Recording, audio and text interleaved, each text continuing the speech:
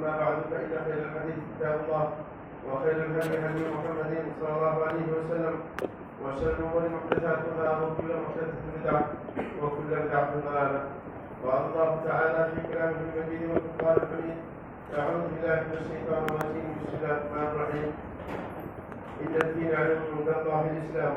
وقال: ومن يبتغي غير الإسلام دينا فلن يقبل منه وهو في الآخرة من الخاسرين. وقال: وإن تطع أكثر من في الأرض يضلوك عن سبيل الله. প্রিয় ভাইরা আমার, আজকে আমাদের যে আলোচনার বিষয়বস্তু হবে সেটা হচ্ছে আমাদের রাষ্ট্রটা বনাম গণতন্ত্র। দেশের প্রেক্ষাপটের পরিবর্তনের পরে আমরা দেখতে পাচ্ছি যে ইসলামপন্থীরা গণতন্ত্রকে সামনে রেখে ইসলামের বিশাল কল্যাণের চিন্তা ভাবনা করছে। কেউ কেউ আগে যদিও এই চিন্তা ভাবনা করেনি, নতুন করে আমাদের সই আগেদের কেউ কেউ অগ্রসর হয়েছে। সুতরাং গণতন্ত্র কি ইসলামের সাথে গণতন্ত্রের কি বৈপরীত্য আছে নাকি গণতন্ত্র ইসলামের সহায়ক, সেটা আমাদের যদি সুস্পষ্ট হওয়া যায় তখন আমাদের সিদ্ধান্ত নেওয়া এই ব্যাপারে সহজ হবে। কারণ এদের হাতছানি চতুর্দিকে আপনার শুরু হয়েছে। অনেকে প্রেশারও সৃষ্টি করে, আমাদের কাছে অনেক খবর আসে, অনেক দিন এবার কষ্ট করেন যে আমাদের প্রতি এরকম আমাদেরকে তাদের সহযোগিতা না করে মুনাফিক বলা হয়, এই সেই অনেক প্রেশার সৃষ্টি করা হয়। তো সুতরাং এই ক্ষেত্রে আমাদের কোন কথা কি হবে বা তাদের সাথে আমাদের কি কথা হবে, তো সেটা অবশ্যই সুস্পষ্ট করা দরকার। এই ক্ষেত্রে সর্বপ্রথম যে কথা আমি বলবো সেটা হচ্ছে খেলাফতের রাষ্ট্রের সাথে গণতন্ত্র মিলে রাখতে হবে। কারণ বলতে পারতাম রাসূল আকরাম সাল্লাল্লাহু আলাইহি ওয়াসাল্লামের কথা বা কোরআন হাদিসের দৃষ্টিকোণে বা এই জাতীয় শব্দ খেলাফতের রাষ্ট্রের সাথে গণতন্ত্রের সম্পর্ক কেন হওয়ার কারণ হচ্ছে রাসূল আকরাম সাল্লাল্লাহু আলাইহি ওয়াসাল্লামের যুগে রাসূল ছিলেন প্রশাসক এবং সাথে সাথে তিনি রাসূল ছিলেন।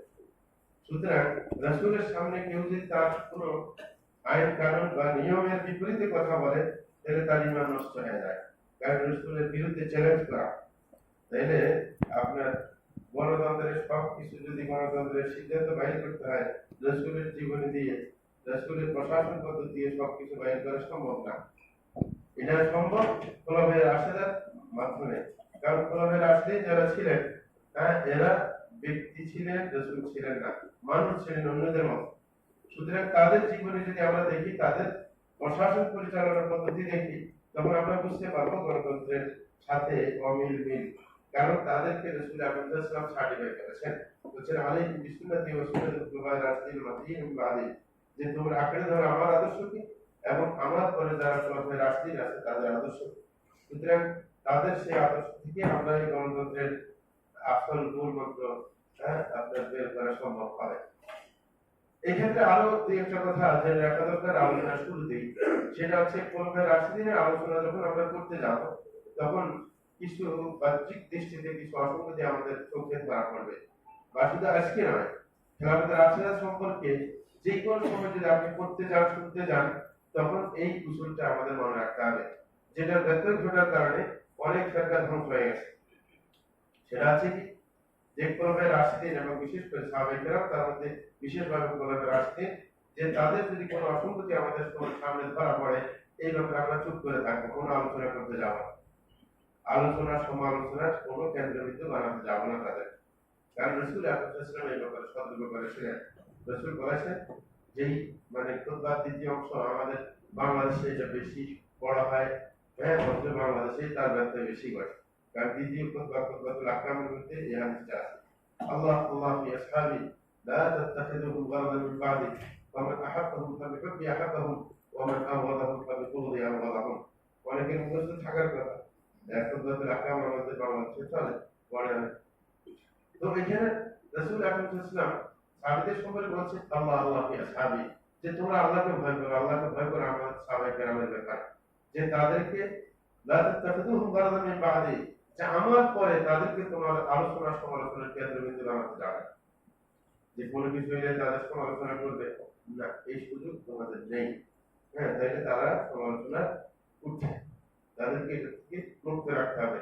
কারণ তাদের এত অবদান ছিল যে অবদানের কারণে ছোটখাটো কোনো ভুল হয়ে গেলে গবেষণাগত ভুল এগুলো এমনি মাথায় দেয়, তাদের ওই অবদানের সাগরে এমনি ডুবে যায়, সেগুলো আর কোনো হিসাব থাকে না। কারণ আল্লাহ তো সার্টিফিকেট করছে রাদিয়াল্লাহু আনহু, যে আল্লাহ তাদেরকে সন্তুষ্ট, তারাও আল্লাহর সন্তুষ্ট। সুতরাং এদেরকে নিয়ে আলোচনার কোনো দরকার নেই। বাংলাদেশে এমন গোষ্ঠী আছে যে যারা এদেরকে আলোচনা করে করে ধ্বংস হয়ে গেছে, তার মধ্যে আছে অনেক। আমি একবার আমাদের এই নোয়াখালীতে এক এলাকায় গ্রামীণ বাজার বলে, সেখানে আলোচনা করতে গিয়েছিলাম এক এলাকায়। এলাকা থেকে যখন বাইরে সিএনজিতে উঠলাম, দুজন ভদ্রলোক, বয়স্ক লোক আমার সাথে উঠছে। তারা আমাকে জিজ্ঞাসা করে কোথায় গেলেন, আমি বললাম অমুক জায়গায় গেলাম। কি জন্য গেলেন? একটা হালাকা ছিল। হালাকার বিষয় কি ছিল? আমি বললাম যে কারবালার সঠিক ইতিহাস। এর তো মাথা গরম হয়ে গেছে। এবারে যে তাইলে আপনি কি বলতে চান যে হযরত মুআবিয়া রাদিয়াল্লাহু আনহু একজন মানে ইমানদার ছিল, এর জন্ম ঠিক ছিল, আপনি কি এটা বলতে চান? মানে পুলিশ কারণ আমি খুব গরম হয়ে গেলাম যে আপনাকে সাহাবীদের ব্যাপারে বিচার করার দায়িত্ব কেউ দিয়েছে? 1400 বছর আগে চলে গেছে। হ্যাঁ, আপনি সেটা নিয়ে এখন আলোচনা কি দরকার? আপনার কেউ ডিউটি দিল নাকি? হ্যাঁ, রাসূল সতর্ক করে গেলেন, আর আপনার অবস্থান আর তার অবস্থান কি সমান? না, কোশ্চেন কালো সমান হতে পারে না। রাসূল আকরাম সাল্লাল্লাহু আলাইহি ওয়াসাল্লাম সাহাবায়ে কেরামের মধ্যে যারা আপনার মক্কা বিজয়ের পরে ইসলাম গ্রহণ করেছে, যারা এর পূর্বে ইসলাম গ্রহণ করেছে, তাদের মাঝে আল্লাহ রাসূল বিশাল ফারাক রেখেছে। পরের একজন সাহাবী আগের একজন সাহাবীর সাথে ঝগড়া করেছে, উচ্চবাচ্য করেছে, রাসূল আকরাম সাল্লাল্লাহু আলাইহি ওয়াসাল্লাম ধমক দিয়েছে তাকে। হ্যাঁ, রাসূল আকরাম সাল্লাল্লাহু আলাইহি ওয়াসাল্লাম অসম্ভব বলেছে, লাউ আনফাকা আহাদুকুম মিথলা উহুদিন যাহাবা মা বালাগা মুদ্দা আহাদিহিম ওয়ালা নাসিফা, যে তুমি তোমাদের মতো কেউ যারা পরবর্তী সুবিধার সময় ইসলাম গ্রহণ করেছে, তাদের কেউ যদি উহুদ পাহাড় সম পরিমাণ যদি স্বর্ণ সৎকার করে, তারপরেও যারা আগে ইসলাম গ্রহণ করেছে কঠিন সময়ের মধ্যে তাদের এক অঞ্জলি মানে এতটুকু অথবা এতটুকু, মানে কোন যদি শস্য সৎকার করে তার সম পরিমাণ হতে পারে না। তাহলে দূরত্ব কতটুকু? এটা তো করেন লোক না, এমনিও সাহাবী, দুইজন সাহাবী, তার মধ্যে এত দূরত্ব, সুবিধার অসুবিধার সময়। এই কারণে অনেকে বুঝে না, অনেক এলাকায় আমরা যাই দাওয়াতি কাজ করার জন্য, দেখা যায় যে কষ্ট করে কিছু ভাই একটা প্রতিষ্ঠান দাঁড় করিয়েছে, পরবর্তী সুবিধার সময় কিছু লোক ভাগ করছে। এরকম হয়, যিনি কঠিন পরিস্থিতিতে একটা প্রতিষ্ঠান দাঁড় করান তার অবস্থান, আর যিনি পরবর্তীতে এসে কিছু অর্থ দিয়ে কিছু অবস্থান দিয়ে সহযোগিতা করেন, তার কি সমান হবে? আমাদের যুগে সমান হয় এরকম অসম্ভব, এটা হতে পারে। সুতরাং প্রত্যেকের অবদানের ব্যাপারটা আমাদের বোঝা উচিত। সুতরাং এটা আমাদের সবসময় মনে রাখতে হবে যে সাহাবাদের ব্যাপারে কোন কথা কি চল। দ্বিতীয় আরেকটা সূত্র জানা দরকার, সেটা হচ্ছে শরীয়তের মাসালা দুই ধরনের। এক ধরনের আছে যেটা মৌলিক, যেটা নড়চড় হয়, পরিবর্তন নাই মৌলিক ভাবে। আর কিছু মাসালা এমন আছে যেটা হচ্ছে অবস্থার পরিপ্রেক্ষিতে। দুইটা কিন্তু এক ধরনের না। আপনার কিছু বিষয়ে যেগুলা রেগুলার বিষয় বা পরিবর্তনশীল বিষয়, সেই বিষয়ে যদি কোনো আলামের কোনো কথা পাওয়া যায়, সেটাকে ওই প্রেক্ষাপট অনুযায়ী বুঝতে হবে। কারণ সেগুলা সাধারণত হয়ে থাকে জরুরত ভিত্তিক। যদি শরীয়তের মধ্যে এটা নিশ্চিত থাকে কোনো মাসালা যেটা হারাম, এটা চলবে না, শরীয়তের বিরুদ্ধে, কিন্তু পরবর্তীতে কোনো আলেম কোনো প্রেক্ষাপটে সেটাকে আপনার জায়েজ করছেন, কোনো প্রেক্ষাপট বিবেচনা করে, তাইলে সেটা দিক ফতোয়া দিলে চলবে না যে ওই আলেমের এটাকে জায়েজ বলছে, যেখানে কোরআন হাদিস বিপরীতে। হ্যাঁ, আমার কারণ আমরা গণতন্ত্র নিয়ে আলোচনা করবো, যদি কোনো আলেম বড় আলেমের কথা পাওয়া যায় যে উনি বলছেন না কোথাও ভোটাভুটিতে অংশগ্রহণ করতে হবে, আপনার গণতন্ত্রের অধীনে রাজনীতি করতে হবে, এরকম যদি কেউ বলে ফেলেন বড় আলেমদের মধ্যে, সেটা বুঝতে হবে তিনি প্রেক্ষাপট অনুযায়ী, ওই দেশের প্রেক্ষাপট অনুযায়ী উনি কি সেটাকে জরুরতের জন্য জায়েজ করেছেন। এটা এমন না যে রেগুলার সিস্টেম। কারণ বুঝবেন সামনের আলোচনা দ্বারা যে গণতন্ত্রের সাথে ইসলামের বৈপরীত্য কতটুকু, ইসলামের কল্যাণে সেটা আসবে কিনা, হ্যাঁ সেটা চিন্তার বিষয়। আলোচনার আগে আরো দুইটা কথা বলে রাখা উচিত, সেটা হচ্ছে গণতন্ত্রের প্রতিষ্ঠাতা একজন মুসলমান পাক্কা ইমানদার নাকি অন্য কোনো ধর্মের লোক। গণতন্ত্রের যে প্রতিষ্ঠা, বর্তমান যে গণতন্ত্র চলছে, হ্যাঁ, এটা আব্রাহাম লিঙ্কন এটা প্রতিষ্ঠাতা না? ওই বছর কি খাঁটি ইসলামপন্থী ছিল নাকি মুসলমান ছিল? তাইলে এক ব্যক্তি একটা জিনিস আবিষ্কার করবে অমুসলিম, ইসলাম বিদ্বেষী, সে কি ইসলামের কল্যাণের জন্য শিকার চালু করছে? হ্যাঁ, মানে ইসলামের কল্যাণের দায়ী, এটা বোকার কথা। হ্যাঁ, এটা বুঝে একবারে সহজ। ঠিক না? দ্বিতীয় নম্বরে যে আবিষ্কারের পর কি অনেক বছর চলে যায়নি, অনেক বছর চলে যায়নি বিশ্বের বুকে এরকম কোন রাষ্ট্র আপনি দেখান তো যেখানে গণতন্ত্র ভিত্তিতে ইসলামিক প্রশাসন চলে আসে, পুরোপুরি ইসলাম কোন দেশে বাস্তবায়ন হয়েছে, এরকম কোন নজির আছে বিশ্বের মধ্যে? না, নজির নাই, আর সামনে আসবেও না। কারণ বৈপরীত্য যেখানে আছে সেখানে তো নজির সৃষ্টি করা সম্ভব না।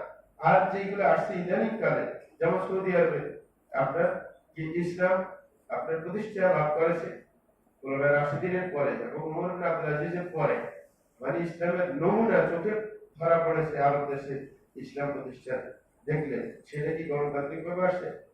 হ্যাঁ, আপনার জিয়াদের গভর্নরকে হত্যা করে তারপরে কি আপনার প্রশাসন আসছে কি আব্দুল আজিজ তৃতীয়বার, প্রথমবার দ্বিতীয়বার কথা বললাম না, প্রথমবার তো সে চুক্তি ভিত্তিক আসছিল, প্রশাসনের সাথে মোহাম্মদ বিন আব্দুল্লাহ রাহিমাহুল্লাহ এই চুক্তির ভিত্তিতে তারপরে আসে, মানে ইসলাম প্রতিষ্ঠা হয় রাষ্ট্রীয়ভাবে।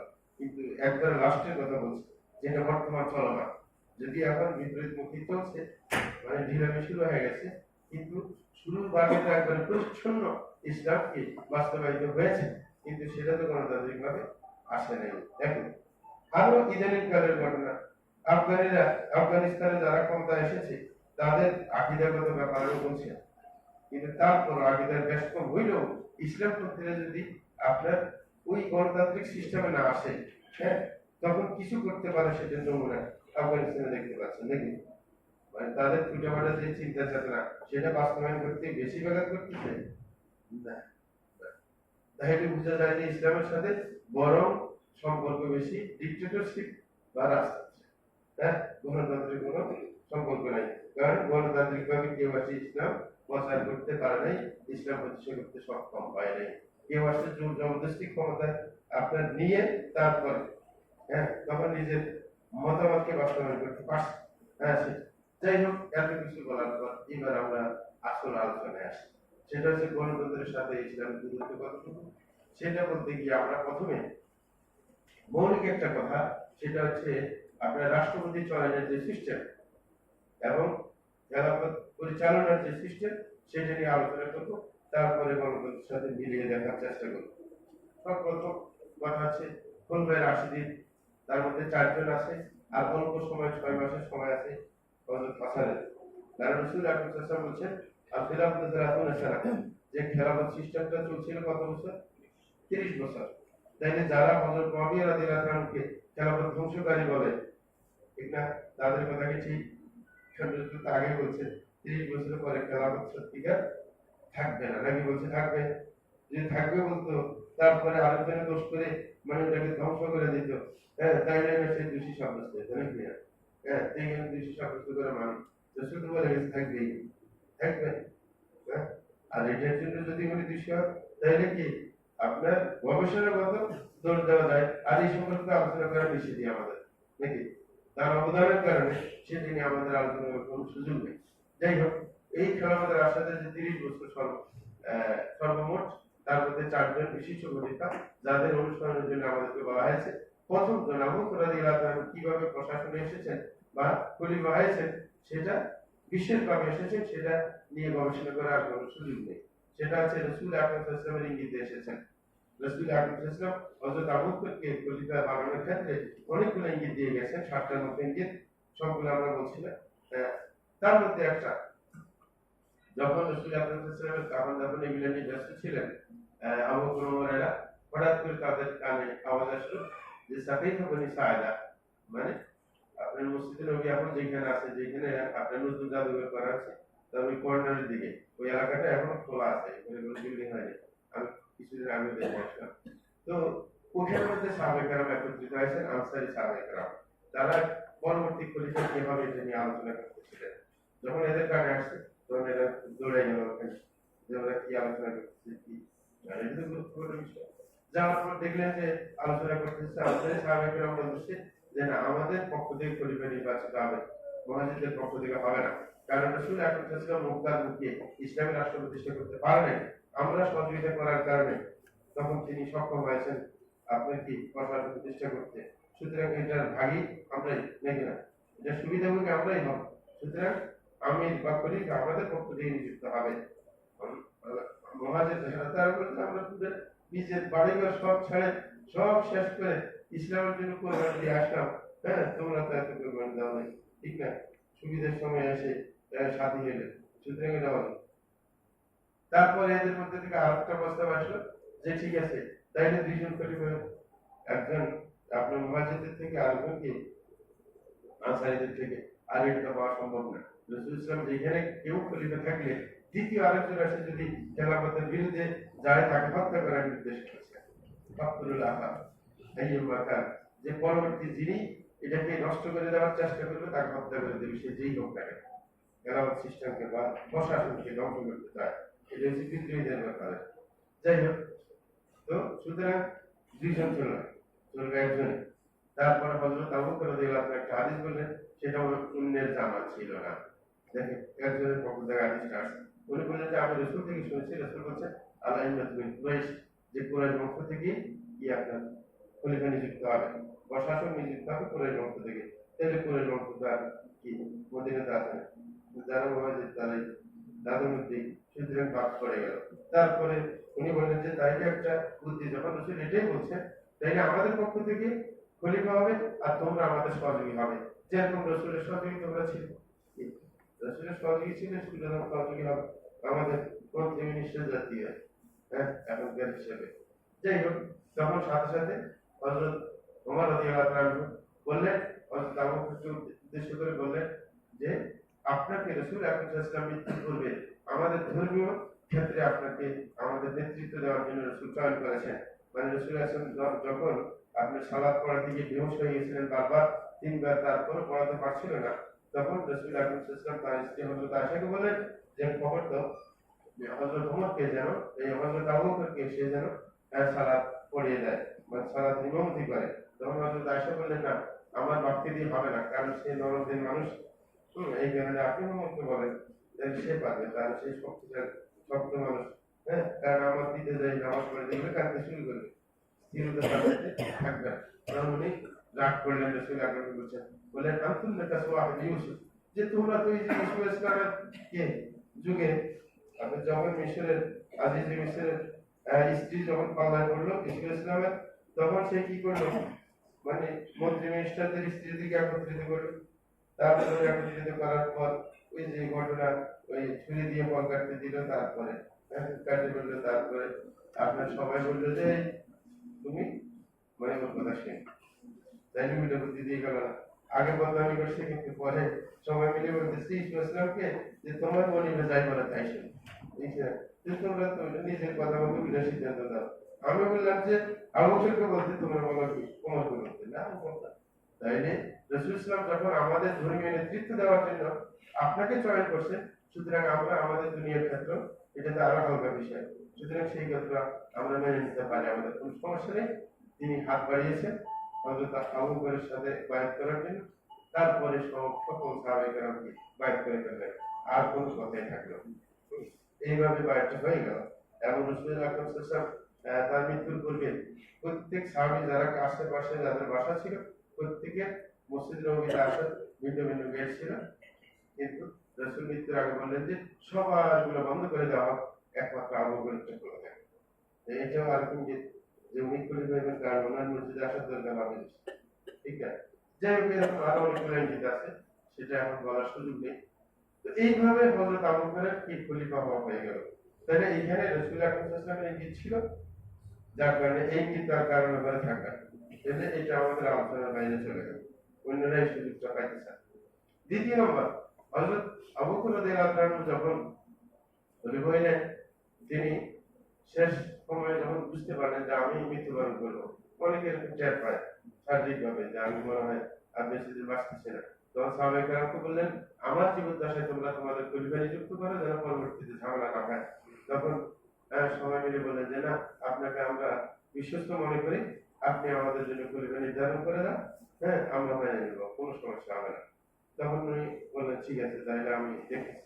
তখন উনি 3 দিন সময় নিয়ে অনেক জাজ বিচার করে চিন্তা ভাবনা করে হযরত ওমর ফারুক রাদিয়াল্লাহু আনহু খলিফা হিসেবে নিযুক্ত করলেন, এবং তার বায়াত ওনার জীবদ্দশায় নিয়ে নিলেন যে আমার পরে খলিফাকে হযরত ওমর রাদিয়াল্লাহু আনহু।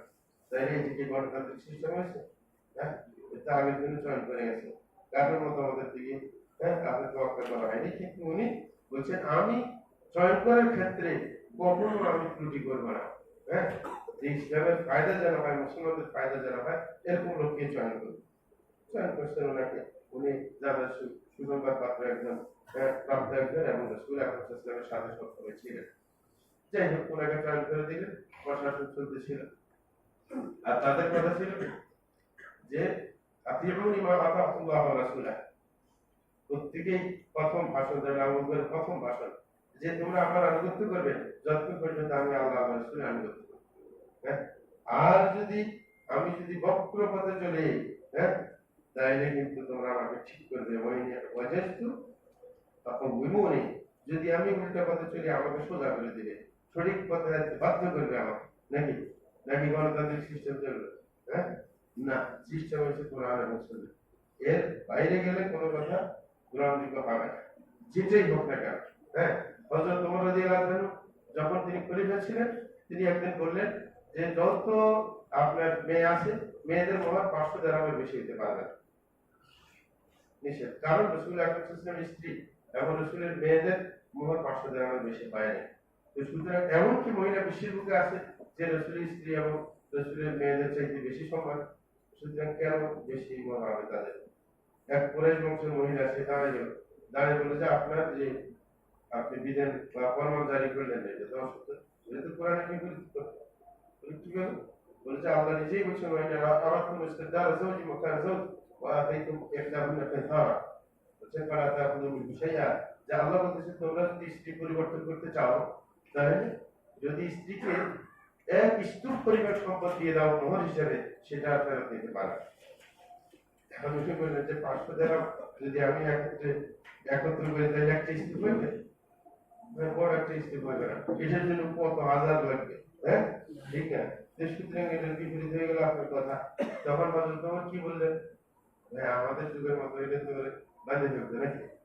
উনি বললেন আফকামাত ইমরাআতুন মিন কুরাইশ, যে কুরাইশ বংশের একটা মহিলা আমার মুখ বন্ধ করে দেন।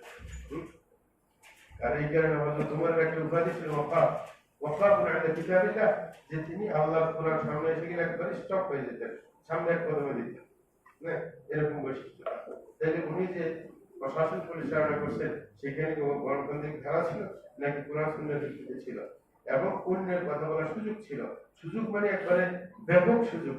হ্যাঁ, যদি কোরআন হাদিসের বাইরে যায়, কোরআন হাদিসের বাইরে গেলে তাকে সোজা করে দেওয়ার কি পথ আছে, সুযোগ আছে। কারণ আপনার সংবিধান ঠিক করা আছে। যেরকম সৌদি আরবের আপনি সংবিধান বুঝতে পারবেন না, লিখিত কোনো সংবিধান নেই, তাদের সংবিধান কোরআন সুন্নাহ। আপনি যাই যদি সৌদি আরবের কাছে যান, আমাদের সংবিধানটা দেন, আমরা একটু বাংলাদেশে যান, এই বাস্তবায়ন কিছু লিখিত কিছুই পাই না, সেই নাই, ওদের সংবিধান লিখিত নেই।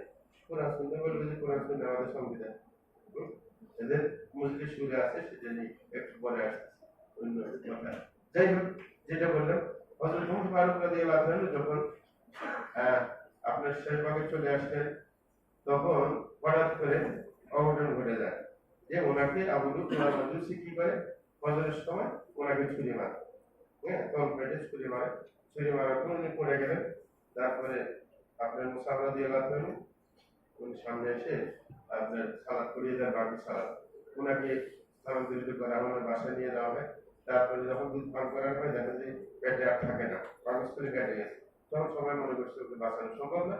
তারপর উনি এই কঠিন মুহূর্তে উনি করলেন কি, উনি 6 জন সাহাবীদেরকে নিয়ে একটা কমিটি গঠন করলেন পরবর্তী খেলাফতের জন্য। 6 জন, তার মধ্যে হযরত উসমান, হযরত আলী, হযরত আব্দুর রহমান বিন আউফ, এবং কি সাদ বিন আবি ওয়াক্কাস এবং তালহাত বিন উবাইদুল্লাহ, এরা সহ 6 জন ছিলেন। যদি তালহাত বিন উবাইদুল্লাহ উনি বাইরে ছিলেন, তখন এমন সফরে ছিলেন, বাকি 5 জন এলাকায় ছিলেন। 6 জন যারা জান্নাত সুবত প্রাপ্ত, তাদেরকে একটা কমিটি গঠন করলেন এবং বললেন যে এই 6 জনের মধ্যে সবাই মানে মোটামুটি করে সবাই চিন্তা ভাবনা করে একজনকে খলিফা বানাবে, বাইরের কাউকে। মানে 6 জনের মধ্যে সবাই মিলে তোমাদের মধ্যে থেকে একজনকে বানাবে, সেই খলিফা হবে, বাইরের কেউ থাকবে। ঠিক আছে? যদি দেখা যায় মোটামুটির মধ্যে এমন হয়, কোনো বর্ণনায় এমন আসছে কঠিন কথা, হযরত ওমরের যদি 6 জনকে 6 জনের মিলে 5 জনে একজনকে চয়ন করে, আর একজনে আরেকজনকে চয়ন করছে, তাইলে ওর গর্দান কাটতে হবে। কারণ সমাধান হয় না, ওকে সোজা করা ছাড়া, কারণ কোরআন নীতি করতে। আর যদি মানে চারজনে মিলে একজনকে ঠিক করে আর দুইজন আছে বিপরীতে, এরকম বাদ দিয়ে দাও, এরকম মাঝে ফেলো, তার কোনো সমাধান এসে যায়। আর যদি তিনজনের মাথায় আসে যে তিনজনে একজনকে সাপোর্ট করছে, তিনজন আরেকজনকে, তাইলে সেইখানে আব্দুল্লাহ ইবনে ওমর আমার ছেলে, যিনি মুহাদ্দিস ছিলেন, বড় মুহাদ্দিস, তাকে আপনার ফায়সালাকারী হিসেবে নিয়ে আসবে। সে যেই পক্ষে যাবে, যেই খলিফাকে নির্বাচন করবে, সেই খলিফা হবে, কিন্তু সে নিজে খলিফা হতে পারবে না। তারপর মেশাদুল আসাদকে এটাও বলছে, যদি দেখো যে হযরত ইবনে ওমর মানে আমার ছেলের সেই সিদ্ধান্ত কেউ মানে নেয় নাই, তাইলে আব্দুর রহমান বিন আউফ ছয়জনের মধ্যে একজন আছে, সে যেই পক্ষে থাকবে, যাকে সাপোর্ট দেবে, তিনজনে মিলে ও যেই গ্রুপে দেখবে ওটাই জয়লাভ করবে। উনি এইভাবে সিদ্ধান্ত দিয়ে গেলেন। এটা কি গণতান্ত্রিক সিস্টেম ছিল? গণতান্ত্রিক সিস্টেম এই সিস্টেম না। হ্যাঁ, এবং এই সিস্টেম ইঙ্গিত করে পরবর্তী যে ওলামায়ে কেরাম আহলুল হাল ওয়াল আকদ একটা চয়ন করলেন, যে কোনো রাষ্ট্রপতি চয়ন করতে হলে আপনার ওই এলাকার যারা ধর্ম বুঝে, দুনিয়াও ভালো বুঝে, এরকম লোকদেরকে নিয়ে কমিটি গঠন করবে। প্রত্যেক রাষ্ট্রে এরকম একটা কমিটি থাকবে উচ্চ পর্যায়ে, তারাই কি পরবর্তী সরকারকে চয়ন করবে। বরং সেটার সাথে সম্পর্ক গণতান্ত্রিক সিস্টেম এটা না, যে আপনি পুরো দেশকে অন্ধকারে রেখে ছয়জনে মিলে, পাঁচজনে মিলে আপনি সিদ্ধান্ত নিয়ে নেবেন। গণতন্ত্র এটা বলে না, নাকি বল না? এটা বল ডেমোক্রেসিতে সেটা নাই। যাই হোক, এটা গেল সিস্টেম একটা। তারপরে সবাই মিলে হযরত আব্দুর রহমান বিন আউফ কত ঝামেলা যাইতে হয় না, উনি বুদ্ধি করলেন কি, যখন হযরত ওমর মৃত্যুবরণ করলেন, উনি চালাই করলে প্রথম বললেন যে ছয়জন মিলে তো বেশি হয়ে গেছে মানুষ, তাহলে একটা করা যায় না, যে আমরা তিনজনে মিলে তিনজনকে দায়িত্ব দিয়ে দিই, মানে তিনজনে একজন আরেকজনকে দায়িত্ব দেয়, তিনজন করে ফেলে। ছয়জন থাকলে ঝামেলা, মোটামুটি মধ্যে তিনজন মিলে সহজ হয়ে যাবে। কেউ কথা বলে না, রাজি হয় না। তখন উনি বললেন, আচ্ছা আমি এক নম্বর, যে আমি ছয়জনের মধ্যে আমি কোনো খেলাফত চাই না। হ্যাঁ, আমি আমার দায়িত্ব মুখে দিয়ে দিলাম। হ্যাঁ, এরকম তোমরা কে কে দায়িত্ব, পরে দুইজন রাজি হয়েছে, তিনজন হয়ে গেছে সরকারি। হ্যাঁ, তিনজনের মধ্যে ওনার সহজ হয়ে গেছে, মানে ইয়ে করা, খলিফা নিযুক্ত করা। উনি তার মধ্যে, উনি তো নিজে হবেন না, তিনি হযরত ওসমান রাদিয়াল্লাহু আনহুকে একাকি নিয়ে বলতেছেন, তোমাকে যদি খেলাফত দেওয়া হয়, তুমি কি শরীয়ত মতো খেলাফত চালাবে? অবশ্যই সাধ্যমতো চেষ্টা করবে। আর যদি না বানানো হয়, আরেকজন খলিফা হয়ে যায়, তুমি মানে নেবে? অবশ্যই মানে নেবে। মানে এটা চালাকি করে কি আগে থেকে সমর্থন নিয়ে নেওয়া হয়। হযরত আলীকে একই অবস্থা, ওনাকে ধরে একাকি বলছেন যে তোমাকে খেলাফতের দায়িত্ব দিলে সঠিকভাবে চালাতে পারবে? বলে যে আমি চেষ্টা করবো ইনশাআল্লাহ। আর না দিলে মানবে আরেকজনকে, বলে যে যাক। পরবর্তীতে উনি অনেক জাত বিচার করে সাহাবাদের মধ্যে যারা গুরুত্বপূর্ণ সাহাবী ছিলেন, তাদের রাত্রে গিয়ে তাদের বাসায় বাসায় গিয়ে প্রত্যেকের মতামত নিয়েছেন। সবাই না, যারা গুরুত্বপূর্ণ সাহাবী, যাদের মতামত গ্রহণযোগ্য, এদের থেকে সিদ্ধান্ত নিয়ে দেখলেন যে অধিকাংশ লোকে হযরত ওসমানকে সাপোর্ট দেয়। এই কারণে পরের দিন উনি আসে, মসজিদে এসে বললেন যে তোমরা সবাইকে ডাকলেন, ডাকার পরে বললেন যে অধিকাংশ মানুষ হযরত ওসমানকে সার্টিফাই করেছে, সুতরাং তিনি খলিফা হবেন এবং তার হাতে আমি বায়াত দিচ্ছি। উনি হাত উঁচু করে হযরত ওসমানকে, তারপরে সবাই থেকে বায়াত গ্রহণ করলেন। এইভাবে যখন হযরত ওসমান পেয়ে যান, রাদিয়াল্লাহু আনহু খলিফা হয়ে যান। তারপরে সিস্টেম হযরত ওসমান রাদিয়াল্লাহু আনহু যখন প্রশাসন পরিচালনা করছিলেন, তখন উনি নরম দিল মানুষ ছিলেন, যদিও জামাত সংবাদ 7 বার বেশি। আপনার তারপরেও তিনি নরম দিল মানুষ ছিলেন। এই কারণে এলাকার মধ্যে বিশৃঙ্খলা দেখা যায়। অনেক এলাকায় দেখা যায় যে কোন সাহাবী আছে, যেমন আমর ইবনে আস রাদিয়াল্লাহু আনহু খলিফা ছিলেন, গভর্নর ছিলেন মিশরের, উনি ওনাকে বাদ দিয়ে যখন কথা হচ্ছে, ওনার দুধ ভাই আব্দুল্লাহ ইবনে আবসা তাকে ওইখানে গভর্নর বানিয়েছেন। তখন ওই এলাকার মধ্যে বিশৃঙ্খলা দেখা যায় যে কেন একজন বিশিষ্ট সাহাবীকে বাদ দিয়ে একজন আরেকজনকে নির্ধারণ করেন ওনার আত্মীয়। এরকম এলাকার মধ্যে কয়েকজনকে সাহাবীকে পাল্টায় অন্যজনকে ওনার আত্মীয় স্বজনকে উনি কি করছেন, আমির বানিয়েছিলেন, কথা বলছেন। কিন্তু উনি বলছেন না, এটা আমি উপযুক্ত মনে করছি। মানে একজন খলিফা যিনি দায়িত্বশীল, কাউকে যদি উপযুক্ত মনে করেন, এই ক্ষেত্রে আপনি করার কিছু নেই। কারণ তিনি যখন আমাদের দায়িত্ব পেয়েছেন প্রশাসনে, তাহলে তিনি নিজ গবেষণা করেই নিজে ব্যবস্থা নেবেন, সেটাই স্বাভাবিক।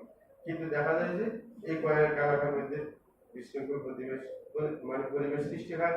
তার মধ্যে বিশেষ করে মোহাম্মদ আলী ওমর মিশরের মধ্যে যখন আমর ইবনে আস রাদিয়াল্লাহু আনহুকে সরিয়ে দেওয়া হয়, তিনি এবার বিপরীত গেছেন। আর আমর ইবনে আস নিজেও হযরত ওসমানের বিপরীতে চলে গেলেন, বিক্ষুব্ধ হয়ে গেলেন, মানুষকে জড়ো করা শুরু করলেন। তারপরে সেই মিশরের কিছু মানুষ, ইয়ামান থেকে কিছু মানুষ, তারপরে সেই কুবা থেকে কিছু মানুষ, 3 এলাকা থেকে এসে 2000-এর কাছাকাছি মানুষ আসে আপনার কি মদিনাতে হযরত উসমানের কি বাড়ি গেরা দেয়। গেরা দেওয়ার পর বিশিষ্ট সাহাবা যারা ছিল যেমন হযরত আলী, তিনি তার ছেলেকে হাসান হুসাইন, অন্যান্য বড় বড় সাহাবারা তাদের জওয়ান ছেলেদেরকে বললেন যে অস্ত্র নিয়ে নেমে যাও, ওদেরকে প্রতিহত করো। কিন্তু হযরত উসমান বললেন যে না, আমার জন্য কারণ কি যুদ্ধে অংশগ্রহণ করার কোনো দরকার নেই। হ্যাঁ, ওরা যদি আমার হত্যা করে দিতে চায়, আমি শহীদ হয়ে যাবো, হত্যা হয়ে যাবো, তারপরও কারণ আমার কারণে মারামারি করার কোনো দরকার নেই। কারণ তিনি আগেই ইঙ্গিত পেয়েছেন রাসূল আকরাম সাল্লাল্লাহু আলাইহি ওয়াসাল্লাম থেকে যে ওনার জামা নিয়ে টানাটানি করা হবে। ওনাকে বলছেন তুমি জামা ছাড়বে না, জামা খুলে দেবে না। হ্যাঁ, এই কারণে উনি বুঝতে পারছেন যে জামা মানে খেলাফত, যে খেলাফত নিয়ে টানা হেঁচড়া করবে, উনি নিজে ইচ্ছাকৃত খুলে দেবে না, ঠিক না? যদি ছিনিয়ে নেওয়া হয় সেটা ভিন্ন ব্যাপার। তখন যারা ঘেরা দিয়ে রাখছে তারা হঠাৎ করে একবারে ভিতরে ঢুকে ওনাকে আপনার হত্যা করে। যখন হত্যা করে ঘটনাচক্রে উনি কোরআন মাজিদ পড়তেছিলেন, কোরআন শরীফ ধাক্কা দিয়ে ফেলে দেওয়া হয়েছে। কোরআন শরীফে যখন ওনাকে হত্যা করে তখন রক্তের ফোঁটা গিয়ে কোরআনের এক আয়াতের উপর পড়ে, সে একটি কবুল্লাহ, হ্যাঁ, যে তাদের ব্যাপারে আল্লাহ, হ্যাঁ, আল্লাহ যথেষ্ট হয়েছে। হযরত উসমানকে যারা হত্যা করেছেন তারা স্বাভাবিক কেউ মৃত্যুবরণ করতে পারবে। হ্যাঁ, সর্বশেষ দুইজন বাকি ছিল যাদের হত্যা করেছে হাজ্জাজ বিন ইউসুফ। তার আগে সবাই এরকম যুদ্ধ বিগ্রহে, হ্যাঁ, তারা এরকম হত্যার শিকার হয়েছে। হ্যাঁ, তারপরে যখন জায়দা থাপ্পাপি আসি প্রশাসন দখল করলেন খারেজিরা, তখন অনেকগুলোকে হত্যা করা হয়েছে ওই যুদ্ধের মধ্যে, ওদের সাথে যখন হট্টগোল চলছিল। যাই হোক, আল্লাহ যথেষ্ট হয়ে গেছে, সবাই হত্যার শিকার হয়েছে, জুলুমের শিকার হয়েছে, জুলুম করার কারণে। যাই হোক, এইভাবে আপনার ওনাকে হত্যা করা হয়। তখন হত্যার পরে যারা বিদ্রোহী গ্রুপ, এরা মিলে হযরত আলী রাদিয়াল্লাহু আনহু ঘরে গেলেন, যে বললেন যে আপনাকে আমরা খলিফা হিসেবে চাই। তখন উনি বললেন যে না, আমাকে এরকম ঘরের ভিতরে এসে একা একি খলিফা বানাইলে বাইরে করলে খারাপ দেখা যাবে, পরে বলবে যে আমি ষড়যন্ত্র করে ওনাকে হত্যা করিয়েছি, আমি দোষী হয়ে যাব। সুতরাং তোমাদের যদি মনে চায় আমাকে করতে, তাহলে মসজিদে গিয়ে সবার সামনে, হ্যাঁ, বায়াত করে নিবে, যদি অন্যরা সাথে সাথে বায়াত করে নেয় তাহলে সমস্যা নেই। তখন ওরা ওইভাবেই করছে। মসজিদে আসার পর পরবর্তীতে ওরা খেলাফতে বায়াত করছেন, আর পরবর্তীতে অন্যরাও খেলাফতে বায়াত করলেন। অন্যরা সাহস শব্দ করেন, কারণ উনি তো গুরুত্বপূর্ণ একজন সাহাবী, ঠিক না? রাসূলের আলমে, হ্যাঁ, রাসূলের জামাই, মেয়ের জামাই ইত্যাদি। যাই হোক, এইভাবে আপনার এই 4 জনকে চয়ন করা হয়। তাহলে চয়ন করার ধরন এক হচ্ছে এককভাবে, আগের খলিফা একজনকে বানাই গেলেন, আরেকজন একটা কমিটি গঠন করে দিলেন, তাও বাইরের নবাদের মধ্যে থেকে একজনকে বানাইবেন, তৃতীয় জন হচ্ছে বিদ্রোহীরা বানাইছে। এটা আমাদের কাছে রয়েছে, যিনি নতুন দল সৃষ্টি করছেন উনি বলেন, একদিন বক্তব্যের মধ্যে দেখলাম যে হুজুররা সবাই অনেক সিস্টেম বলে যে খেলাফতের সিস্টেম এটা এটা এটা এটা, কিন্তু যখন কেউ হঠাৎ করে মারে ধরে ক্ষমতায় চলে আসে তখন সবাই আবার মারে যায়। তখন ওর সাথে ওর সেক্রেটারি ছিল, এদেরকে হাসি বলতেছে, আমি আর তুমি যদি মারে যদি বাংলাদেশের, হ্যাঁ, কি প্রশাসক হয়ে যায়, দেখবে হুজুররা বুঝিয়ে দিবে যে এরা মানে মানে লাগে যে একবারে ছিলা কলার মতো আর কি, মানে হুট করে যে উঠে যাবে আর সবাই সমর্থন দিবে, হয়ে যাক, হয়ে গেলে সবাই সমর্থন দিবে যদি ওর শক্তি হতে পারে। কি আমরা এখন ডক্টর ইউনূসকে মানে নিলাম না, হ্যাঁ, মানে নিচ্ছি। কারণ শরীয়ত ওই যে এটা তো আমরা পাইছি রাসূলের সাহাবীদের যুগ থেকে, হযরত আলীর তো চয়ন এইভাবে হয়েছে। কি বিদ্রোহীরা তারাই খলিফা নিযুক্তি করছে, সবাই মেনে নেয়, দেখি না, যেন আর দ্বিতীয়বার হত্যাকাণ্ডের শিকার হতে না হয়। কারণ শরীয়ত চায় যে বেশি যেন মানুষের রক্তপাত না হয়। সুতরাং একজন যদি এত ক্ষমতাশীল হয় যে আরেকজনের মাঝে দখল করে ফেলছে, হ্যাঁ, তারপরে আবার উল্টো পাল্টাতে গেলে তো আরো রক্তপাত হবে। যেমন এই সরকার আসতে 1400-র বেশি মানুষকে মারা গেছে, এখন যদি এদের পাঠাইতে যায় আরো কয়েকশো দেশে যাবে নাকি? কারণ এখন পিছনে আরেকটা করা শক্তি আছে নাকি? কিন্তু সুদিন আসবে না। হযরত আনাস রাদিয়াল্লাহু আনহুর কথা, দিন সামনে যত তত আগে থেকে খারাপ হবে, এটা রাসূলের বাণী। সুতরাং এত খুশি হওয়ার কিছু নেই নাকি? অনেকে শুধু মানে এখন আওয়াজ দিতে পারতেছে, এটাই গণতন্ত্রের সিস্টেম, কিছুক্ষণ চিল্লাপাল্লা করা যায়, একবারে সার্বিকভাবে স্বাধীনতা গণতন্ত্রের মধ্যে নাই, ঠিক না? যাই হোক, এটাই খেলাফতের আসলে সিস্টেমটা বললাম। এখন আমরা গণতন্ত্রের দিকে আসি। গণতন্ত্রের শব্দ হচ্ছে ডেমোক্রেসি, হ্যাঁ, ডেমোস একটা, ক্রাতি একটা।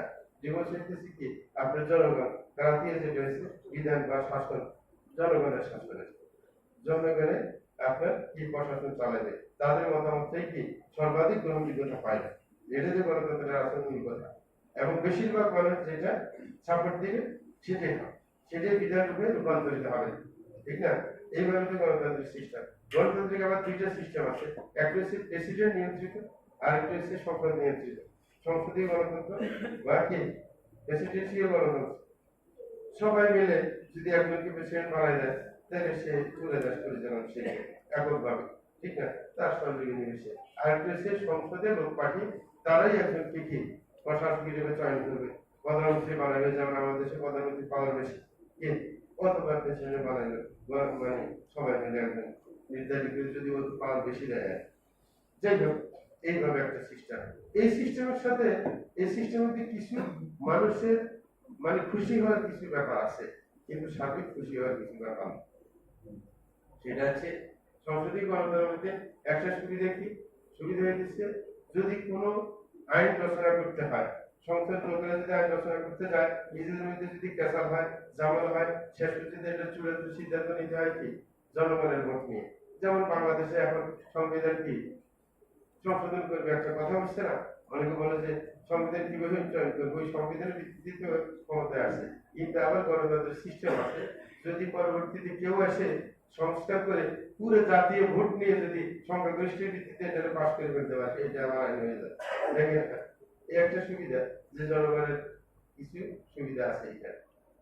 অথবা জনগণ যদি কোনো আইন তৈরি করতে চায়, তাদের মধ্যে যারা বুদ্ধিমান আছে এই আইনটাকে সংসদে প্রস্তাব হিসেবে সংসদে ভোটাভুটি হয়ে যেটা মানে সমর্থন করবে বেশিরভাগ মানুষ, তখন সেটা আইনে রূপান্তরিত হবে।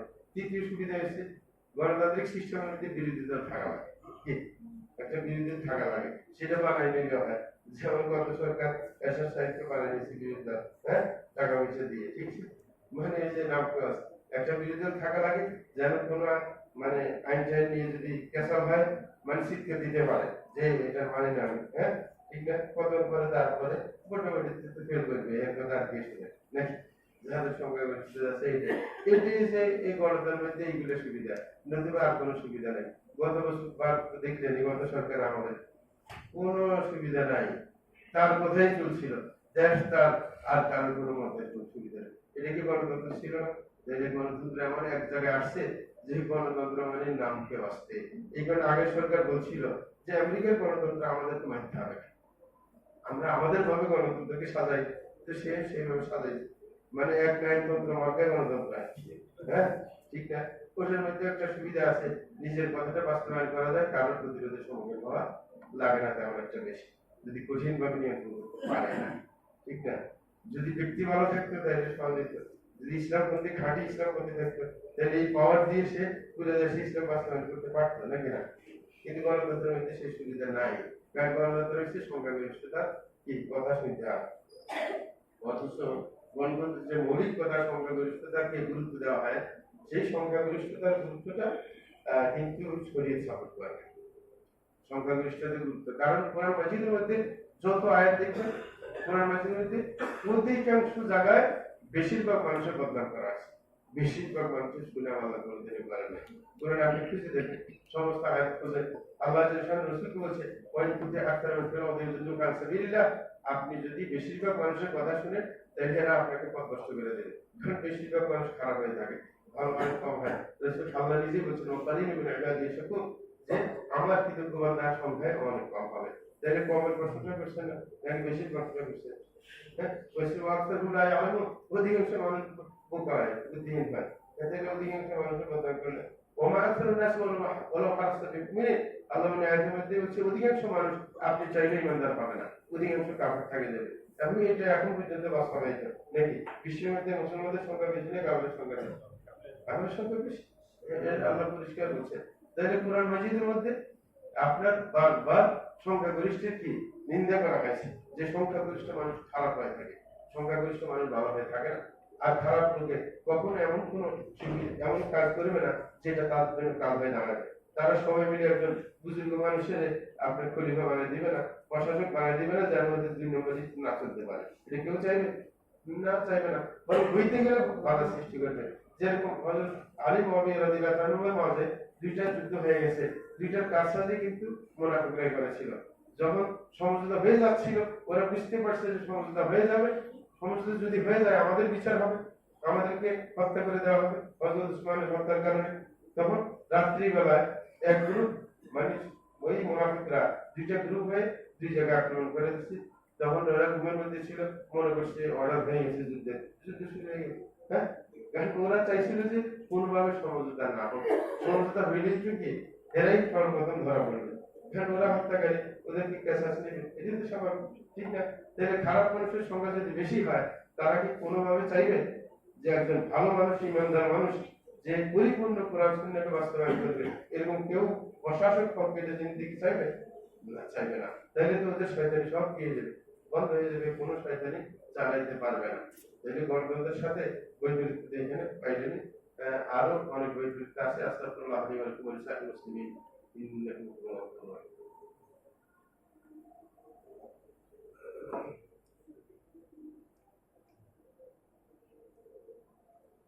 الحمد لله رب العالمين والصلاة والسلام على سيد المرسلين نبينا محمد وعلى آله وصحبه أجمعين أما بعد।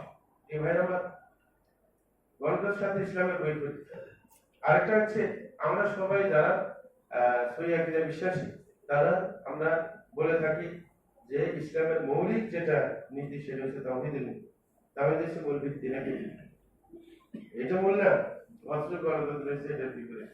গণতন্ত্রে শিরকের আড্ডাখানা খুলে দেওয়া হয়। এখন যাদেরকে সংসদে পাঠানো হয়, সংসদীয় গণতন্ত্রে এদেরকে আইন রচনা করার দায়িত্ব দিয়ে পাঠানো হয়, নাকি? হ্যাঁ, আইন রচনা করার দায়িত্ব দিয়ে পাঠানো হয়। যে যতজন সংসদে গেল, এরা সবাই মিলে যে কোনো রাষ্ট্রীয় আইন আপনি তৈরি করতে পারেন পারে না। তাইলে আমরা সবাইকে ভোট দিয়ে আইন রচয়িতা বানিয়ে দিলাম, অথচ ইসলামী শরীয়তে আল্লাহ ছাড়া আইন রচনা করার অধিকার কারণ নেই। কি এই কারণে আল্লাহ নিজে বলছে, আমরা হুসুরাকা শারাউল হুমিনা দিন মালাম ইয়াদাবিল্লাহ, যে তোমরা কি অন্যদেরকে শরীক বানিয়েছো?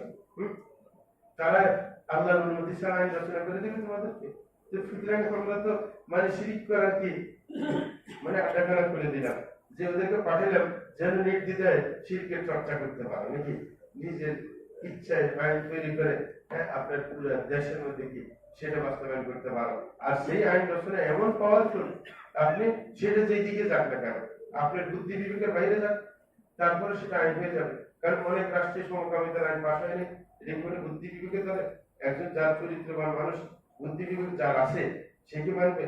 এটা মানবে? সমকামিতা চালু হলে তার বিবাহ সাথী ফ্যামিলির ব্যবস্থা, ফ্যামিলিগত জীবনের আর কি দরকার আছে, নাকি না? কিন্তু এটা কি অনেক রাষ্ট্র আইন হয়নি? বুঝছেন? গণতান্ত্রিক সিস্টেমে তো আপনি বুদ্ধি বিবেকের বিরোধী অনেক রাষ্ট্র আছে, ইসলাম বিরোধী অনেক কি আইন আপনার চালু হয়েছে। ইসলামের কোন তর্ক আছে যেই গণতন্ত্রের মধ্যে রাসূলদের বিরুদ্ধে, আম্বিয়া কেরামের বিরুদ্ধে এবং সাহাবায়ে কেরামের বিরুদ্ধে, আপনার কোরআনের বিরুদ্ধে, হাদিসের বিরুদ্ধে কথা বলার সুযোগ দেওয়া হয়? এরকম আছে আমাদের দেশে মুনকির হাদিস যারা, মানে যাদের কোরআনের বিরুদ্ধে বলা হয়, এটা মিথ্যা কথা, কোরআনই না, এরা হচ্ছে মুনকির হাদিস, হাদিস অস্বীকারী, তাদেরকে দেদারসে নিজের মতবাদ প্রচারের সুযোগ দেওয়া হচ্ছে না। তাইলে গণতান্ত্রিক সিস্টেমের মধ্যে আপনার শরীয়তের সাথে একবারে সাংঘর্ষিকতা, সাংঘর্ষিকতা, বাস এদেরকে একবারে শিরিক করার পুরো অধিকার দেওয়া হলো। এরা আইন রচনা করবে, এটা শরীয়তের বিরুদ্ধে যাক, কিছু আসে যায় না। এটা মানুষের বুদ্ধি বিবেকের বিরুদ্ধে যাক, কিছু আসে যায় না। মানুষের সহজাত স্বভাবের বিরুদ্ধে চলে যাক, কিছু আসে যায় না। মানে যেটাই ওরা সবাই মিলে বেশিরভাগ মানুষ সাপোর্ট করে দেবে, সেটাই আইনের হবে, ঠিক না? ব্যবস্থা তো এটি। তাইলে আমরা গণশিক্ষা আকবর করার মানে কি করলাম, ব্যবস্থা করে দিলাম, সবাই মিলে ভোটাভুটি করে যে তোমরা যাও, এবার দেদার আইন রচনা করতে পারবে নিজেদের ইচ্ছা মতো, নাকি সেই ব্যবস্থা করে দেওয়া হলো? তাইলে শিরিকের আড্ডাখানা হলো নাকি তৌহিদের আড্ডাখানা হলো? শিরিকে তাদের অধিকার নেই, কেউ বলতে পারে। আর আর যে স্বাধীনতার কথা গণতন্ত্রে বলা হয়, সেটা তো বুঝে গেল স্বাধীনতার ব্যাপারে, এটা নাম কেউ আসছে, এর কোনো স্বাধীনতা নাই। দেখবেন গণতন্ত্রের মধ্যে তিনটা ক্ষেত্রে স্বাধীনতা চলে, সেটা হচ্ছে আইনের ক্ষেত্রে স্বাধীনতা চলবে না, কোনোটা যদি আইন হয়ে যায় আইনের বিপরীত আপনি করতে পারবেন না। যেমন ট্রাফিক সিস্টেম আছে, সিস্টেম রোড একটা ঠিক করছে, এখন কি দুই মুখী আপনি গাড়ি চলতে পারবেন না। আপনি যদি নিজের ইচ্ছা মতো উল্টা দিক থেকে গাড়ি চালিয়ে আসেন, যদি আইন থাকে তাহলে আপনাকে পানিশমেন্ট করবে না। আপনি বলতে পারেন যে আমি স্বাধীন, আমার মনে যেদিকে চাই দিকে চালাবো। তাইলে বুঝে গেছে স্বাধীনতা এই গণতন্ত্রের মধ্যে আইনের বিপরীতে চলার কোনো স্বাধীনতা নেই, নাকি আছে? দ্বিতীয় নম্বর হচ্ছে আপনার সামাজিক নিয়ম নীতির বিরুদ্ধে যাওয়া, এটা গণতন্ত্রের সিস্টেমের বাইরে। কারণ কোন গণতান্ত্রিক রাষ্ট্র এই সমাজে যেটাকে আপনার সামাজিকভাবে গ্রহণযোগ্যতা দিয়েছে সেটার বিপরীতে যাওয়ার কোনো অধিকার নেই, এটা দেয় না। আপনি একজনের বাপ মারা গেছে, কেউ যদি সেই বিশ্রিক পোশাক পরে আসে, আপনার মাছ ধরে এই পোশাক নিয়ে, গন্ধ পোশাক নিয়ে যদি একজনের সান্ত্বনা দিতে আসে, মানে এরকম মজলিসের মধ্যে, কোনো মজলিসের মধ্যে, বা বিয়ের অনুষ্ঠানে যদি একজন আসে বিশ্রী পোশাক আশাক নিয়ে, হ্যাঁ আপনার বিয়ের মজলিস উপস্থিত, তাকেও জায়গা দেবে নাকি গেট থেকে বাধা দিবে না? সে যদি বলে আমার সাথে আমি যে কোনো পোশাক পরে আসবো, অসুবিধা তাকে কি এই সুযোগ দেওয়া হবে? না, কারণ এই সমাজ এটা চায় না। কেউ লুঙ্গাই যদি বলে যে আমি কি আপনার সংসদ ভবনে ঢুকে যাবো, কেউ কি সুযোগ দিবে? হ্যাঁ দিবে না। এটা আপনার দেশের প্রথার বাইরে, কি দেশের সিস্টেম আছে, দেশের যে সিস্টেম সেটার বাইরে। আর একটা হচ্ছে রুচি, আদবকুল আম যেটাকে বলা হয়, মানুষের স্বাভাবিক যে রুচি আছে, রুচির বাইরে চলে গেল, সেটা গণতান্ত্রিক সিস্টেম মানতে বাধ্য। তাইলে গণতন্ত্রের মধ্যে যে স্বাধীনতার কথা বলা আছে, সেই স্বাধীনতা তো সীমিত নাকি? হ্যাঁ, সেই স্বাধীনতা সীমিত। আর যদি গণতন্ত্রের স্বাধীনতার কথা বলা হয়, গণতন্ত্রের হোতা যারা আছে তারা কি মুসলিম রাষ্ট্রগুলোকে স্বাধীনতা দেয়? মুসলিম রাষ্ট্রে আপনি এতদিন যে একজন ছিল, কোন রাষ্ট্র এরকম মানে বলছে যে তুমি এভাবে চলতে পারবে না, তোমাকে বাধ্য করবো? বাধ্য করার কি সুযোগ ছিল না? ছিল। কিন্তু করছে মানুষের শেষ পর্যন্ত এরা ঠেক দিছে আসে, হ্যাঁ সবাই মিলে চেষ্টা করে সাহস করে নামে গেছে, হ্যাঁ মারামারি করে শেষ পর্যন্ত রিস্কের মধ্যে এরাও জানতে না যে শেষ পর্যন্ত পাস করবে নাকি, হ্যাঁ তারপরেও কাজ হয়ে গেছে। তাইলে এই গণতন্ত্র মানে এই জাতীয় আর কি, সীমিত সীমিত স্বাধীনতা। সর্বলাস্ট কথা আসি, যেটি নিয়ে অনেকের সন্দেহ আছে, এদেশে অনেকে পার্লামেন্টকে সুরার সম পর্যায়ে মনে করে। এটা হচ্ছে সবচেয়ে বড় সন্দেহ, মানে গণতন্ত্রের সাথে ইসলামের সাথে মিল দেওয়া আসল কঠিন জায়গা, যেটা অনেকে বুঝতে পারে না। অনেকে মনে করে যে যেরকম ভাবে ইসলামের মধ্যে সুরের ব্যবস্থা আছে, যেমন সৌদি আরবে মজলিস সুরা আছে, সুরা পরামর্শ কমিটি, এটাকে পার্লামেন্ট বলে না, ওরা মজলিস সুরা বলে। সুতরাং এটার সাথে পার্লামেন্টের খুব মিল আছে। পার্লামেন্টে আমাদের দেশে এখন কি 300 জন মহিলা সহ আরো বেশি, তো মিলে এরাই তো সবাই মিলে সিদ্ধান্ত নেয়। তাহলে সুরের মতো না, সুরের মতো না, সুরের সাথে বৈপরীত্য আছে 3 দিক থেকে। এক নম্বর, সুরা সৌদি আরবে যারা মজলিস সুরা, এরা কখনো কোরআন এবং সুন্নাহ যে বিধান আছে, হ্যাঁ ওটার বিপরীতে কোনো আইন তৈরি করে না। হ্যাঁ, বরং মজলিস সুরার কাজ কি, যে নতুন যদি কোনো মাসালা হয়, যে নতুন কোনো সমস্যার সৃষ্টি হয়, যেটা কোরআন হাদিসে সুস্পষ্ট কোনো বিধান নাই, সেইগুলা কিভাবে গবেষণা করে সেই ক্ষেত্রে বিধান বাহির করা যায় সেটার চেষ্টা করে ওরা। তাহলে নতুনত্বের ক্ষেত্রে তারা পরামর্শ করে কি, হ্যাঁ একটা সিস্টেম তৈরি করা, আইন তৈরি করার চেষ্টা করে। কিন্তু যেখানে কোরআন হাদিস পরিষ্কার, সেইখানে এদের কোনো ভূমিকা নাই, সেটা ওরা মানতে বাধ্য। এটা কি আপনার পার্লামেন্টের সিস্টেম কি এরকম না? পার্লামেন্টে কোরআন হাদিস পরিষ্কার থাকলে এটার বিপরীতে আপনার যদি আইন রচনা করে দেয়, তখন এটা আইনের উপর রূপান্তরিত হয়, মানুষের মানব না মানব এটা পরে, ঠিক না? তাইলে কি মজলিস সুরার মধ্যে এই সিস্টেম আছে না? মজলিস সুরার কাজ হচ্ছে নতুন মাসালার মধ্যে গবেষণা করা। কোরআন হাদিসে এটা স্পষ্ট আছে, এটা নিয়ে কোনো তাদের কর্ম নীতি নাই, এটা নিয়ে কোনো কথা চলবে না। তাইলে মজলিস সুরার সীমিত পর্যায়ের ক্ষমতা। দ্বিতীয় নম্বর, মজলিস সুরার লোকদেরকে চয়ন করা হয় আপনার এমন যারা পরিষ্কার কোরআন সুন্নাহকে বুঝে, চারিত্রিক বৈশিষ্ট্য তাদের মধ্যে আছে এবং দুনিয়া সম্পর্কে তাদের আইডিয়া আছে, এরকম রাষ্ট্র এমন কিছু লোককে মজলিস সুরায় জায়গা দেয়, হ্যাঁ যাদের কোয়ালিটি আছে। কিন্তু পার্লামেন্ট কি এরকম? পার্লামেন্টে কোয়ালিটিপূর্ণ মানুষ আছে, বরং চারিত্রিক দিক থেকে যে সবচেয়ে অধপতিত সেই কি সংসদে আসে নাই? আজে বাজে গায়িকা নায়িকা কতগুলো আসে নাই? তাইলে কি মজলিস সুরের মতো কি হয়েছে? হ্যাঁ, মজলিস সুরের মতো মজলিস সুরে এসে কোয়ালিটিপূর্ণ মানুষ আসতে হবে। ওই রাষ্ট্রের মধ্যে যারা কোয়ালিটিপূর্ণ চারিত্রিক দিক থেকে, মেধা দিক থেকে এবং কোরআন সুন্নাহ বুঝার দিক থেকে, তারাই মজলিস সুরের সদস্য হবে। কিন্তু হ্যাঁ পার্লামেন্টারি সিস্টেমে এরকম নাই। হ্যাঁ যদি একটা আধা পাগল হয়, হ্যাঁ ওকে যদি কোন মতে একবার পাগল না হয়, একবার পাগল হয়ে গেলে সে সংসদে আসতে পারবে না। যার যে পাগলামির ভাব আছে, এরকম কত পাগল আসছে না, কথা ঠিক নেই, উল্টা পাল্টা, হ্যাঁ এইগুলো তো সংসদে চলে আসে, ঠিক না? তাইলে এটার সাথে কোনো মিল হইল? তৃতীয় নম্বর, সুরার যদি সদস্যরা অধিকাংশ মানুষ যদি কোনো সিদ্ধান্ত নেয়, যিনি রাষ্ট্রপতি হবেন তিনি এই সুরার মানে এই সর্বসম্মতিক্রমে বা বেশিরভাগ মানুষের ভিত্তিতে যে সিদ্ধান্ত নেওয়া হবে সেটা মানতেও পারে না মানতে পারে, এটা সুরের সিস্টেমের নিয়ম। যদি রাষ্ট্রপতি চায় যে যে সিদ্ধান্ত নেওয়া হয়েছে বরং কোন লোকে যে সিদ্ধান্ত নিচ্ছে ওটা বেশি যুক্তিগ্রাহ্য করে রাখছে কাছে বেশি, তখন যিনি প্রশাসন পরিচালনা করেন তিনি বলতে পারেন যে না, আমি বেশিরভাগ মানুষের কথা আমি শুনবো না, বরং ওই যে একজন দুজন যারা বিপরীত মত পোষণ করছে তাদের কথাই বেশি গ্রহণযোগ্য, সুতরাং আমি তার কথাই শুনবো। তখন সুরা তাদেরকে বাধ্য করতে পারবে না প্রশাসন। আর দেশে এইভাবে চলে, সুরা বাধ্য করতে পারে। হ্যাঁ, সুরার সিস্টেম হচ্ছে পরামর্শ দেওয়া, রাষ্ট্রপতি গ্রহণ করলে করলো, না করলে নাই করলো। পার্লামেন্টে কি এই সুযোগ আছে যে রাষ্ট্রপতি পার্লামেন্টকে ডিনাই করে ভিন্ন কিছু করবে? না, এরকম কোন সুযোগ আপনি দেওয়া হয়নি। তাইলে এখন দেখেন, আর চয়েস অন চয়েস গণতন্ত্রের মধ্যে আছে, বেশিরভাগ মানুষের যেটাকে চয়েস করবে সেটাই কি আইনের রূপান্তরিত হবে। শরীয়তে কি এটা সুযোগ আছে? নাই। আশা আপনাকে বসেই অবশ্যই অবসর লাগবে। কোরআন আল্লাহ বলছে তোমরা যদি অনেকে যেটাকে ভালো মনে করো দেখা যাবে বাস্তবে এটা তোমাদের জন্য খারাপ।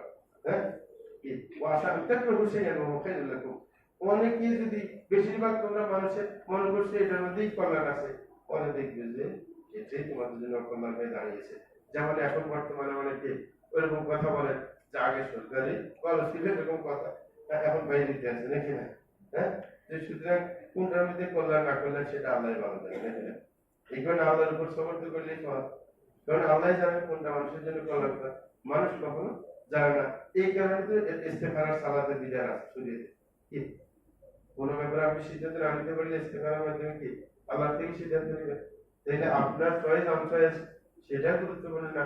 আপনি যদি আল্লাহকে সরাসরি এই কারণে দোয়ার মধ্যেও শরীয়তের বিধান আছে যে দোয়ার মধ্যে নির্দিষ্ট করে কিছু চাইবেন, আপনি আল্লাহর ইচ্ছের সাথে সম্পৃক্ত করে চাইবেন যে আল্লাহ আমার জন্য যদি এই জায়গায় বেশি করা যদি আমার জন্য কল্যাণকর হয়, মানে ইস্তেখারার সময় তাইলে সেটা আমার জন্য সহজ করে দাও নাকি?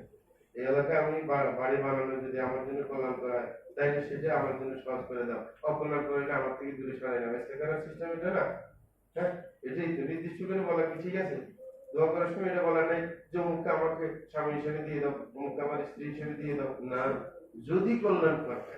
কারণ আপনি তো জানেন তাইলে অধিকাংশ রুচি অরুচি এগুলো শরীয়তে গ্রহণযোগ্য না, বরং অধিকাংশ ভালো মনে করলেও এমন হইতে পারে যে তার বিপরীতে বল কি বিপরীতে বল। অধিকাংশ আপনার লোক যদি কোনটা খারাপ মনে করে তার বিপরীতটা ভালো হইতে পারে, এরকম অধিকাংশ খারাপ মনে করলে ভালো মনে করলে সেটার বিপরীতটা ভালো হইতে পারে। হ্যাঁ, সুতরাং এই সুযোগটা আছে আপনার ইসলামী শরীয়তে, কিন্তু গণতন্ত্রের এই সিস্টেমটা আপনার নেই। হ্যাঁ, তাইলে গণতন্ত্রের সাথে ইসলামের বৈপরীত্য আমরা প্রমাণ পাইলাম নাকি আপনার পক্ষে প্রমাণ পাইলাম? হ্যাঁ, বিপরীতে বিপরীতে, বরং ইসলামের সাথে মিল আছে বেশিরভাগ কি এক নায়কতন্ত্র বা রাজতন্ত্রে। কারণ রাজতন্ত্রে ইচ্ছা করলে যেমন আব্দুল আজিজ আসে ক্ষমতা দখল করে পুরো দেশে ইসলাম বাস্তবায়ন করছে, অদ্দেশা সব কায়েম করছে, ধরে সৌদি আরবে করছে। কারণ সে কি আপনার রাজতন্ত্রের মাধ্যমে কি শরীয়ত কায়েম করছে।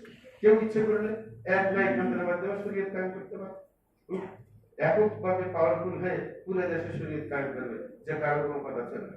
যেমন আফগানিস্তানে এক গোষ্ঠী আছে আগের বার ভুল করছে, সবাইকে পদ থেকে সরাই দিছে।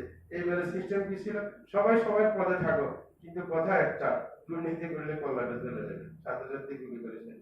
এবার তোমার তো তুমি বুঝো, এখন একজনের দুর্নীতি করে যদি নিজের জীবনে যায়, কে দুর্নীতি করবে? কারণ পাগল হয়েছে। এখন দেখা যায় রাষ্ট্র সোজাই চলতেছে, এখন ওদের উন্নতি হইতেছে দেখি দেখেন না, কিন্তু বিশ্বের কোনো মিডিয়া এগুলো প্রকাশ করে না, কিন্তু ওদের বাবা ওরা অবশ্যই হয়ে যেতেছে, অনেক ক্ষেত্রে আবিষ্কার করতেছে, দেশের অগ্রসর করতেছে। আপনার সেই মরু এলাকায় এখন চাষাবাদ শুরু হয়ে গেছে অনেক জায়গায়, ঠিক না? খাল খনন করতেছে, এটা করতেছে, ওটা করতেছে, সব অগ্রসর হইতেছে তাদের নির্দ্বিধা। হ্যাঁ, তাদের দ্বিতীয় কথা নাই, যে উল্টা কথা কইবে বাস। হ্যাঁ, নাকি তাইলে কিছু গোষ্ঠী বা ব্যক্তি যদি আসে একবারে জবরদখল করে এক নায়কতন্ত্র চালিয়ে দেয়, তারপরে ইসলাম বাস্তবায়ন করা সম্ভব। যে দ্বিতীয় কথা চলবে, দ্বিতীয় কথা নাই, উল্টা করবে বাস ছাই যাবে, ঠিক না? তাইলে গণতন্ত্রের চাইতে ইসলামের সহায়ক হয়েছে রাজতন্ত্র অথবা এক নায়কতন্ত্র। কিন্তু গণতন্ত্র পশ্চিম কালে ইসলামের পক্ষে নাই, কারণ বিশ্বের বুকে আপনি যে কোনো জায়গায় আপনি ক্ষমতা আসছেন, বর্তমানেও আপনার গণতন্ত্রের ভিত্তিতে ক্ষমতা আছে। কাতারের মধ্যে ইসলামপন্থীরা ক্ষমতায় নেই, কিন্তু কাতারে গিয়ে আপনি দেখে আসেন ইসলাম আছে নাকি নাই। উলঙ্গতা শেষ নেই। তুরস্কে তো এখন ইসলামপন্থীরা ক্ষমতা আছে নাকি নাই? কিন্তু এখানে ইসলাম আছে নাই। আমি একবার ওমরায় গেছিলাম, তো যাওয়ার পর আমার পাশে এক ভাই উঠছিল বাংলাদেশি।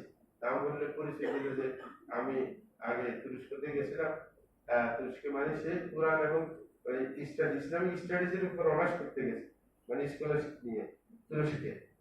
আমি দেখলাম যে আমাকে পড়াইতে আসছে এক ডক্টর মহিলা, অর্ধেক রামেশ্বর অর্ধেক পড়ে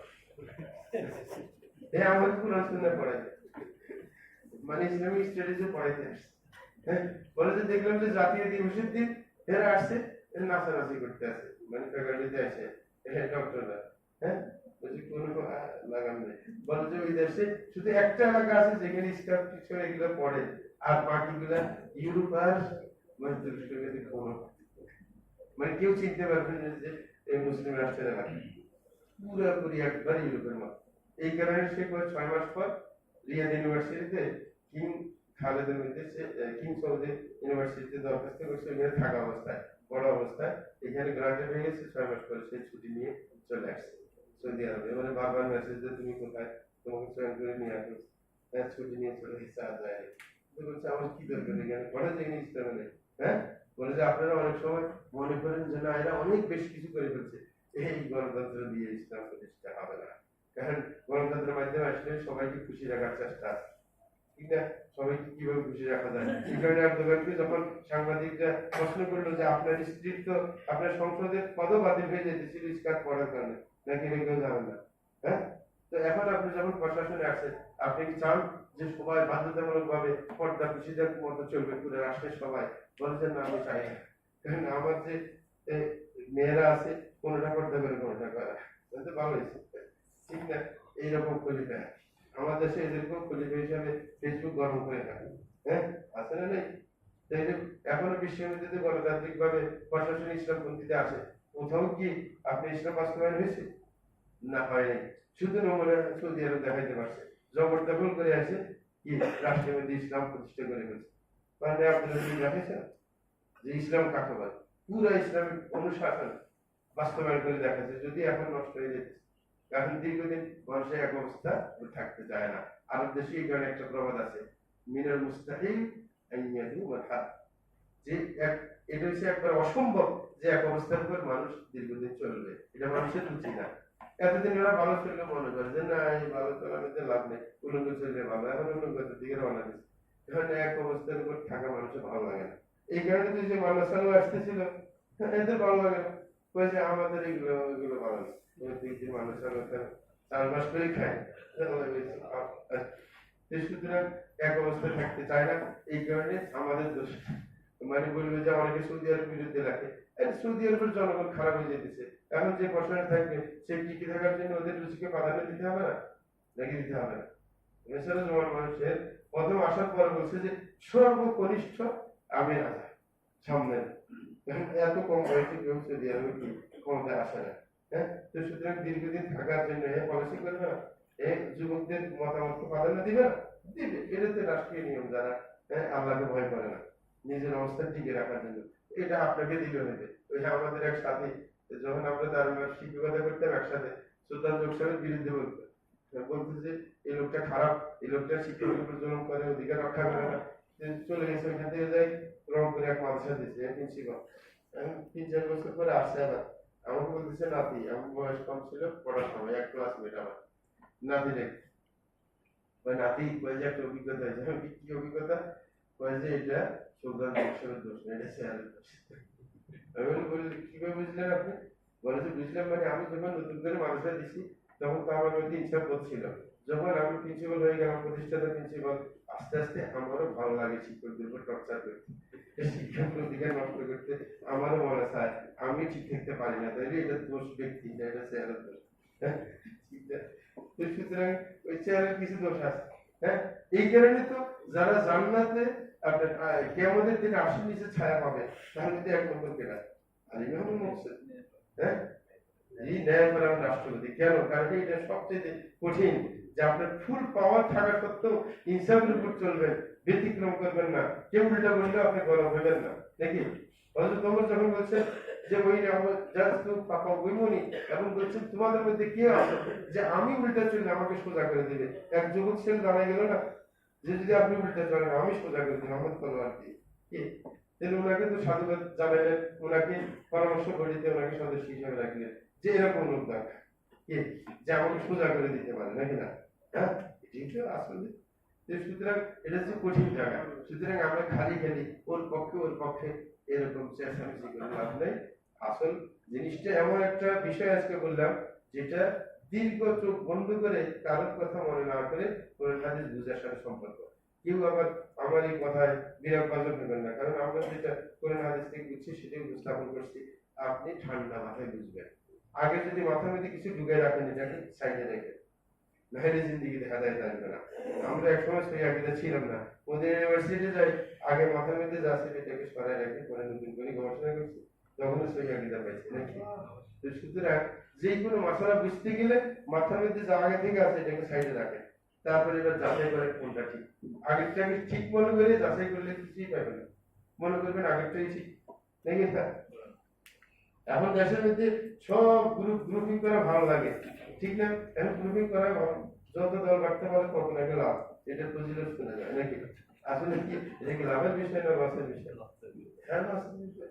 সুতরাং এখন কি করার আছে? আল্লাহ সাল্লাল্লাহু আলাইহি ওয়াসাল্লাম আলা নবী মুস্তাফা ওয়াল হাবিবুল মুস্তাফা মুহাম্মদ ইবনে আব্দুল্লাহ ইবনে ফারিদ সাইয়্যিদুল মুরসালিন ওয়াল আখির اللهم صل وسلم وبارك عليه وارض اللهم عن الخلفاء الراشدين والصحابه اجمعين وعن التابعين والتابعين باحسان الى يوم الدين وعنا معهم بمنك وفضلك واحسانك يا ارحم الراحمين. اللهم اعز الاسلام والمسلمين واذل الشرك والمشركين ودمر اعداءك اعداء الدين وانصر عبادك الموحدين واحمي حوزه الدين واجعل الفقهاء الراشدين يا رب العرش العظيم. اللهم انا نسالك الجنه وما قرب من القول عمل ونعوذ بك من النار وما قرب من القول عمل ونسالك ان تجعل كل فضائل وذنوبنا خير يا رب العرش العظيم. وصلى الله على نبينا محمد وعلى اله وصحبه اجمعين.